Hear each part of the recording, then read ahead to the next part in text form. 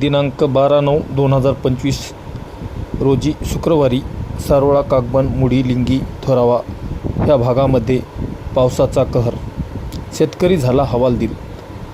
मागील 40 वर्षात एवढ्या मोठ्या प्रमाणात पाऊस झाला नाही. असा मोठा पाऊस ह्या भागामध्ये आज झालेला आहे.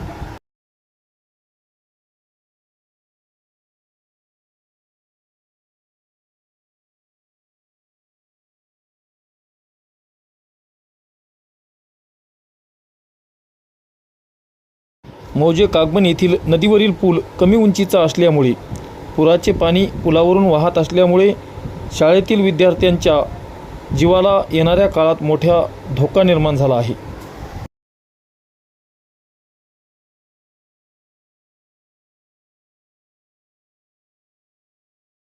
या पावसाच्या पाण्यामुळे बळीराजाच्या पिकाचे मोठ्या प्रमाणावर नुकसान झाले.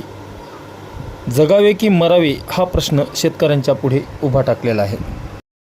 शासन स्तरावर आणि महसूल मंडळाकडून नुकसान झालेल्या पिकाची पाहणी होणार का, असा शेतकऱ्यातून सूर उमटत आहे. जनसावली न्यूज वसमतसाठी बाळासाहेब कांबळे.